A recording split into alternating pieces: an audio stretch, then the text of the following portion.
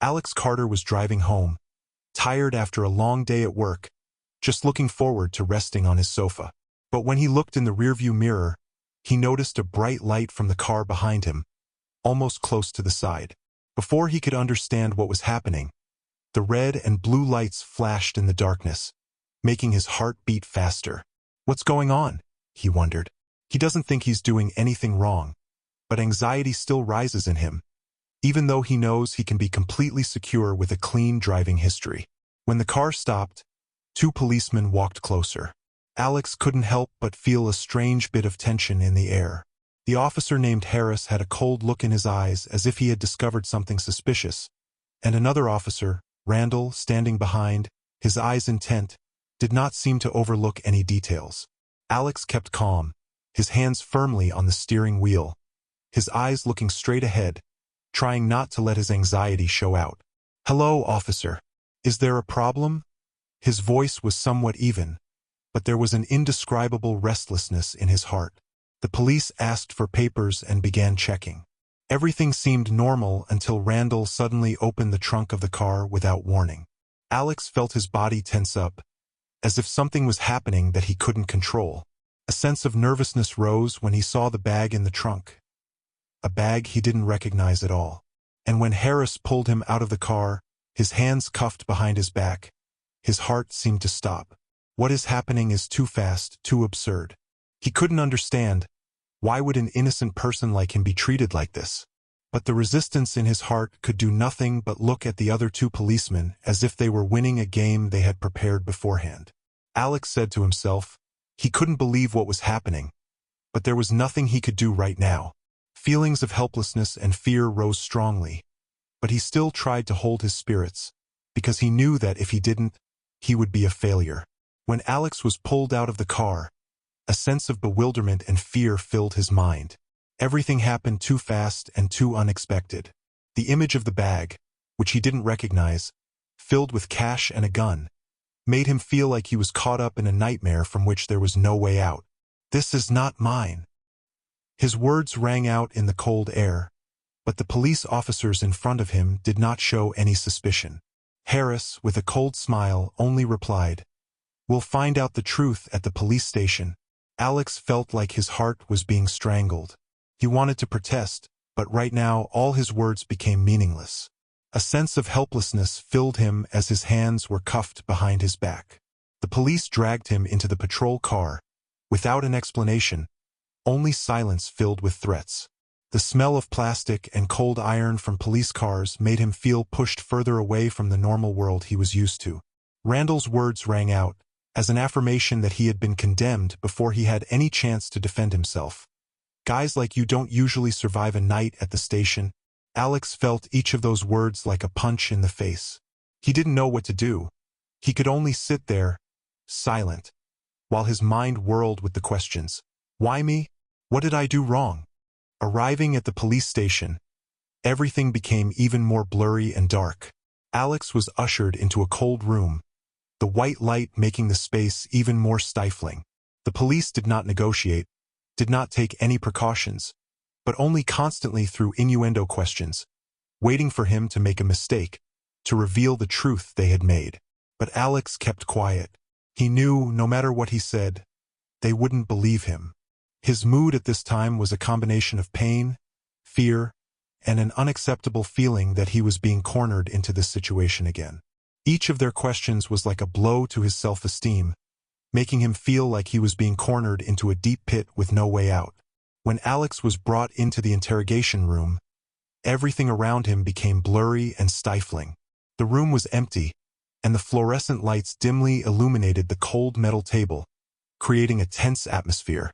Alex sat down, his hands cuffed behind his back, and felt like he was being locked up in a sealed box. Harris and Randall sat across from each other, their eyes like sharp knives, always waiting to pierce every argument he tried to make. Harris spoke, his voice cold and defiant. "We know everything. We just have to wait for you to admit it." Those words were like a condemnation, making Alex's heart throb. Alex feels like he's stuck in a game with no way out, even though he insists he's innocent. All of his explanations were dismissed, as if he was being pushed into a world where the truth had no value. "I didn't do anything. It's not my bag," he insisted. But his voice grew weaker as he noticed Harris and Randall's indifference. The police had no intention of listening. They just wanted him to bow down and admit the crime they had already outlined. Each of their questions is woven from hypotheses and speculations, as if the truth is no longer important. Alex feels like he's being swirled in accusations, unable to find a way out. As Harris slammed his hand on the table, the tone grew harsher. "We found your fingerprints on the gun. You can't deny it." Alex's heart beat faster, and a sense of confusion invaded him. Fingerprints? He couldn't understand. How could he have his fingerprints on the gun when he had never touched it? All he could do was put the disorder out of his head and stay calm. He knew that if he didn't, they would easily subdue him. Although his heart was confused, he still resolutely defended the truth, not letting himself fall into the trap they had set. A feeling of fatigue and disappointment rose in him, but Alex still did not give up, determined to resist the slander at all costs. When the lawyer arrived, Alex didn't know what to expect. This man, with his clumsy appearance and wandering eyes, had no strength or confidence in the way he entered the interrogation room. Alex looked at his lawyer, his heart full of doubt. "Is this the one who will protect me?" he wondered. The lawyer was only engrossed in flipping through the papers in the file without even looking at him once, as if he did not really believe in his innocence. Alex felt disappointed and disappointed. He had hoped that at least someone would stand up for him. But now, this person seemed to be nothing more than a lifeless, incurable shadow. When the lawyer looked up and announced that he would face serious charges, Alex's heart stopped. All hope in him suddenly disappeared.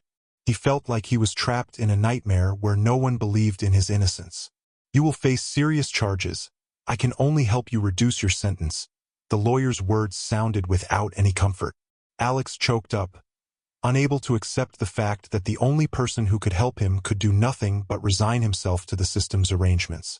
A sense of helplessness overwhelmed him, and in that moment, he didn't know what to do to get out of the spiral of guilt he hadn't caused. The trial began, and Alex felt like he had entered an arena full of danger. A feeling of anxiety rose in him as he entered the courtroom, where all eyes were on him as if he were an undeniable criminal. The allegations and evidence were clearly presented. A bag of cash, a gun, and his fingerprints on the weapon. Everything seemed to be against him. Harris and Randall sat there, their eyes full of pride, as if they had won. Across from him was the prosecutor, who stood up confidently, painting a picture of a cold-blooded criminal who thought he could easily carry out the bank robbery. Her words were like a knife to Alex's heart, making him feel pushed into a corner with no way out. He tried to stay calm, but the feeling of helplessness rose minute by minute. His appointed lawyer did not help, and even made him even more worried with weak advice. The whole trial was like a predetermined game, and Alex was just a manipulated piece. Every question from the prosecutor's side was like an attack that made him face the skepticism of everyone in the room. At this point, Alex began to feel a sense of debasement and loneliness as they all looked at him as an irredeemable criminal. But just when all hope seemed to be dying out, an unexpected thing happened. Alex's lawyer stood up, showing a rare confidence for the first time. He offers new evidence. Video from a traffic camera that night, the scene of Alex's car being stopped by 2 police officers, and an undeniable footage of Randall cleverly putting the money bag in the trunk of Alex's car just before they stopped him. The atmosphere in the room changes instantly. The members of the court were all surprised, and Alex could only stare at the screen with his eyes wide open. The video is the clearest proof, shattering all previous accusations. Harris and Randall suddenly fell silent, their faces turned pale, and Alex felt a new wave of hope surge in his heart. Eventually, the truth began to come out, and Alex realized that, even though everything seemed against him, there was still a small glimmer of light in the darkness. When the decisive evidence was announced, the atmosphere in the courtroom immediately changed. Alex felt his heart stop beating, and all eyes in the room were focused on the screen, where the video captured the indisputable scene. Randall, the police officer who had put the money bag in the trunk of his car just before they stopped and arrested him, Every second passed in silence, as if time had stopped. Alex couldn't believe his eyes. It was the evidence he needed to prove his innocence, but the vague and bewildered feeling had not left his mind. He had been fighting for so long, feeling like he was being cornered, but now, everything seemed to be going backwards. In that moment, Alex clearly felt the change in the air, a feeling of dizziness and excitement. It was as if a large rock was gradually being removed from his chest, allowing him to breathe freely. However, he could not be completely assured. Despite the clear evidence, skepticism remains, and Harris and Randall's determination hasn't faded. But, as the lawyer's announcements sounded, and as the judge's gaze swept over the officers, Alex felt a light shining into his life. He knew that he had done what many people thought was impossible. When the video ended, a long silence enveloped the auditorium. Harris and Randall sat there, their faces pale, not daring to say anything. Alex, although tired, had a surge of sense in his heart that justice was being served. All the sweat, sleepless nights, and the feeling of being cornered seemed to have paid off. However, there was still some anxiety in his heart, because after all, this game was not over. But at least he found the light at the end of the tunnel. When Alex stood up and pulled the card from his pocket, everything in the courtroom seemed to stop. He looked into Harris's eyes, then slowly turned towards the judge, the tension in the air as if someone had just pressed an activation button. "Allow me to clarify," he said, in a low but firm voice. "I'm James Miller, a CIA agent, and I've been investigating the corruption of these two officers for the past few months." These words, as soon as they came out of his mouth, were like a bomb exploding in the room. The whole room was silent, the air became thick, and all eyes fell on Alex. Even the prosecutor, who was still standing with confidence earlier, was stunned, not knowing how to react. Alex felt the change immediately. The policemen in front of him, who had tried to deceive him, were now sitting motionless, their faces pale, full of fear. Harris, in particular, who had once been arrogant and complacent, was now left with nothing but panic and insecurity. His hands trembled slightly as he realized the truth he had been trying to hide for so long. Alex looked straight into Harris's eyes, no longer feeling as scared or helpless as before. He felt an extraordinary power surge in his heart, as if all the burdens on his shoulders had been lifted. When he held up his card and made his identity public, a wave of justice rose in Alex's heart. The feeling of victory, though not entirely clear, has begun to appear like a brilliant light. He did what no one thought would happen, expose the fraud and deception of those who people thought were defenders of justice. Now, it's not just him anymore, but all those who have been pushed into the shadows, all the victims of corruption, who are looking at him with admiration and hope. The judge immediately ordered Harris and Randall to be arrested for perjury, corruption, and other serious crimes.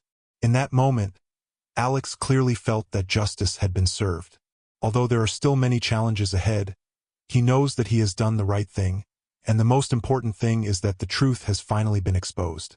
As he walked out of the courtroom, relief enveloped him. Although it is not over, at least he has won an important battle, and justice, after all, has been restored. After the trial ended, Alex walked out of the courtroom, feeling like a giant rock had been removed from his shoulders. Each of his steps was lighter, but there was still an indescribable tension in his heart.